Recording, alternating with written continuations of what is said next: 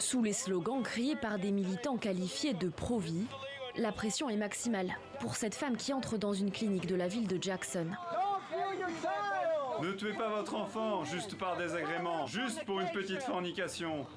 Depuis l'annulation du décret Roe versus Wade, ces scènes relativement courantes aux États-Unis prennent un sens tout autre. Elles couronnent le combat des ultra-conservateurs catholiques du pays.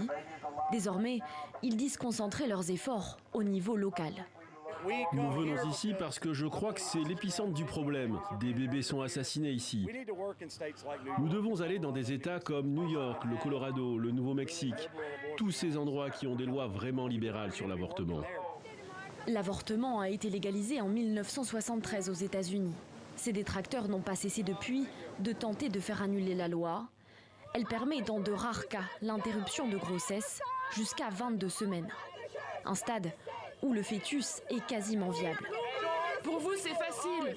Ah, c'est facile pour moi de regarder des milliers de petites filles se faire assassiner. Les attaques dirigées contre le décret Roe versus Wade s'étaient multipliées depuis l'arrivée au pouvoir de Donald Trump. Pendant sa présidence, il a notamment nommé à la Cour suprême 3 juges hostiles à l'avortement. À quelques mois des élections de la mi-mandat, l'ancien président s'est félicité d'une victoire de la volonté de Dieu. Cette percée est la réponse aux prières de millions et de millions de personnes. Et ces prières durent depuis des décennies.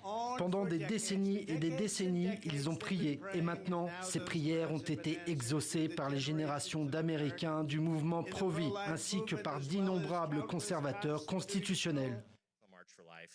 Les groupes pro-vie espèrent désormais obtenir une interdiction totale de l'IVG.